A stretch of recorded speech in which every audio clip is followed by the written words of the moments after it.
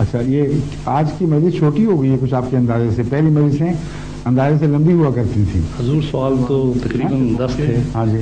آج بھی اگر کوئی مہمان دیر سے پہنچے ہوں اور سوال کرنا چاہیں تو آپ یہی بات لے کے آئے ہیں، ٹھیک ہے، تو ان کو میری طرف سے اجازت نہیں، دعوت ہے. جو تکلیف کا ہاتھ تشریف لائیے، جو تکلیف کر کے دور دور سے آئے ہیں ان کا یہ حق تو نہیں چھین سکتے. جب وقت بھی موجود ہے تو کیوں نہ دیں آپ کے ان کو. السلام علیکم ورحمۃ اللہ. السلام رحمۃ اللہ. Iftikhar Ahmad Los Angeles.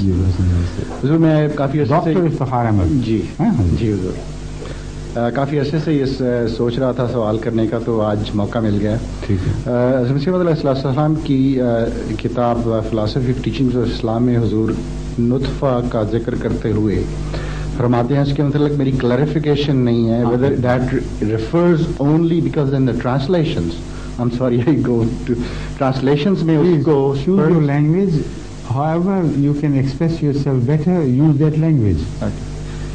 تو نطفے کی تعریف میں اردو میں آپ کا اچھا بڑا بول رہا ہوں. جی، نطفے کی تعریف میں وہ سپرم کے ساتھ زیادہ اس کو مشابہت دی گئی ہے. میں قرآنک ریفرنس سے یہ معلوم کرنا چاہتا ہوں کہ نطفہ ایمبریو کو کہتے ہیں یا صرف سپرم کو؟ میں کہتا ہوں نطفے کی حالت وہ دو خلیے ہیں، یعنی سیلز، جو عورت کا اووم کہلاتا ہے اور مرد کا سپرم کہلاتا ہے. یہ دونوں نطفے ہیں اور ان کے ملنے سے پھر ایمبریو پیدا ہوتا ہے. سمجھے؟ Embryonic stage comes آفٹرورڈس.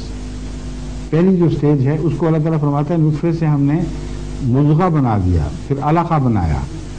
تو وہ جو بھی تبدیلیاں ہیں قرآن کریم میں بالکل ایگزیکٹلی جو scientifically universally scientifically accepted phases ہیں ان کو قرآن کریم نے بیان فرما دیا. کہ پہلے اس کی حالت نطفے کی تھی، پھر وہ ایک لوتھڑا سا بنا جو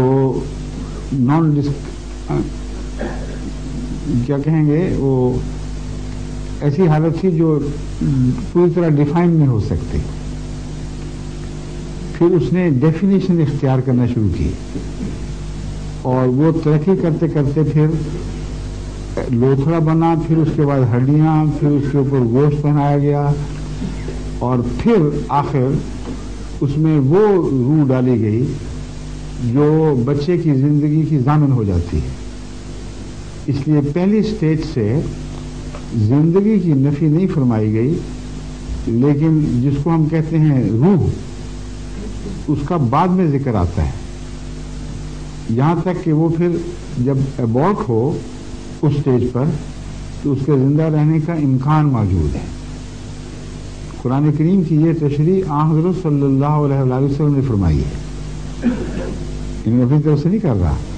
رسول اللہ صلی اللہ علیہ وسلم نے فرمایا کہ شروع میں جو زندگی کی شکل ہے انسان کی، اس میں ابھی وہ انفرادی آزاد روح پیدا نہیں ہوئی ہوتی جس پہ ہم کہہ سکیں کہ یہ بچہ اب پیدا ہو تو اپنے شعور کو پا سکتا ہے. فرمایا اتنی دیر کے بعد جو غالباً 3 مہینے کچھ بنتے ہیں، مجھے اس وقت صحیح یاد نہیں ہے، کیونکہ کتنے ہفتے بیان فرمایا رسول اللہ صلی اللہ علیہ وسلم نے؟ 120 دن، 3 مہینے، 4 مہینے، ہاں 120 دن کا ذکر ہے. 4 مہینے کا عرصہ بیان فرمایا. اس کے بعد اللہ تعالیٰ حکم دیتا ہے فرشتوں کو، وہ پھر اس میں روح پھونکتے ہیں. اب یہ بات بڑی اہم ہے کیونکہ جہاں تک میں نے مطالعہ کیا ہے اس حصے کا، یہ ڈاکٹر اس بات پر متفق ہیں کہ 4 مہینے سے پہلے کا جو حمل ہے اس میں اس کے زندہ بچنے کا سوال ہی نہیں. اس کے بعد امکان پیدا ہونا شروع ہو جاتا ہے اور جو آگے بڑھے گا اس کا امکان زیادہ ہوتا چلا جائے گا. تو پہلی سٹیج جس میں بچہ اگر پیدا ہو تو زندہ رہ سکتا ہے، وہ حضرت صلی اللہ علیہ وسلم نے وحی الہی سے روشنی پا کر بیان فرمائی. اور اس سے جو مغربی سائنسدان جو اس موضوع کے ماہر ہیں ان میں سے بعض اتنا متاثر ہوئے کہ کینیڈا کا جو گائنوکالوجسٹ ہے یا اسی مضمون سے تعلق رکھنے والا پروفیسر ہے، اس نے ایک بہت زبردست آرٹیکل لکھا ہے اس پر۔ اس نے کہا یہ حدیث دیکھ کر اور قرآن کا بیان دیکھ کر کہ میں دنگ رہ گیا ہوں۔ اس زمانے میں پیٹ کی سرجری اور بچے کی مختلف حالتیں، جنین کی حالتیں معلوم کرنے کا کوئی ذریعہ ہی نہیں تھا، اور خصوصیت سے یہ بات کہہ دینا کہ 120 دنوں کے بعد وہ زندگی اترے گی اس کے اندر، یہ ایک ایسی بات ہے جو اس زمانے کے انسان سے تو درکنار ہمارے عرصے سے کچھ پہلے تک کے انسان کے لیے کہنی ممکن نہیں تھی۔ تو یہ ہے وہ اصل مضمون، لطفے والا، اور پھر اس کے بعد مضغہ، علقہ وغیرہ وغیرہ۔ شکریہ۔